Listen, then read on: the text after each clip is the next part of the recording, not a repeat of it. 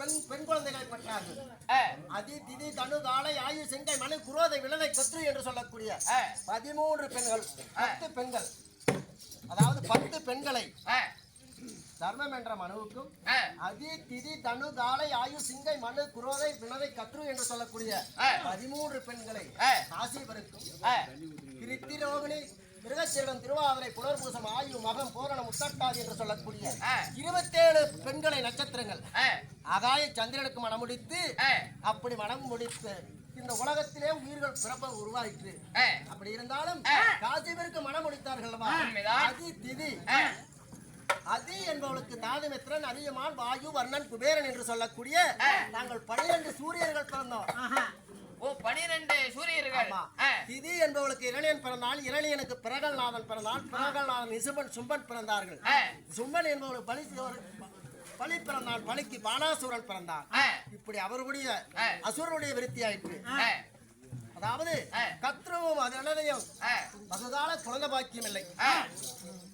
அதாவது குழந்தை பாக்கியம் இல்லாமல் கடுந்தவம் செய்து காசிபுரம் நோக்கி வினதை என்பவளுக்கு சம்பதி ஜட்டாயு கருடன் என்று சொல்லக்கூடிய அதாவது கருட இனங்கள் பிறந்தது. அதாவது கத்ரு என்பவளுக்கு ஆதிசேஷன் ஆகபஞ்சன் என்று சொல்லக்கூடிய வாசிகை தடாகன் என்று சொல்லக்கூடிய ஜராத்காரை என்ற ஒரு பெண்ணும் நாக இனங்களிலே உற்பத்தி ஆயிற்று. நாக இனங்கள். ஆமா, இப்படிதான் உலக ஜீவராசிகளும் அசுரர்களும் தேவர்களும் உருவாகலாம். தந்தை ஒன்றுதான், தாய் 2. அப்படி இருந்தாலும் என்னுடைய தாதுமித்திரன் என்று சொல்லக்கூடிய பேர் தான் முதல் பேரு. 1000 அஸ்வமேத யாகங்களை செய்து எனக்கு இந்த தேவேந்திர பட்டத்தை மும்மூர்த்தி தேவர்கள் எனக்கு வழங்கினார்கள். இந்த அமரலோகத்துல யாரும் செய்யாத 1000 அஸ்வமேத யாகத்தை செய்து பிறகுதான் தாதுமித்திரன் என்ற பேர். அப்பதான் தேவேந்திரன். தேவ உலகத்துக்கு எனக்கு அதிபதியான பிறகுதான் தேவேந்திரன். அப்படி நான் அமரலோகத்திலே தேவேந்திரன் மும்மூர்த்திகளுடைய அரணை ஆசைப்படி அமர்ந்துட்டாலும் நான் யாரை மனமுடித்து உங்களுக்கு அழைச்சா கல்யாணம் சாப்பிட்டாவா?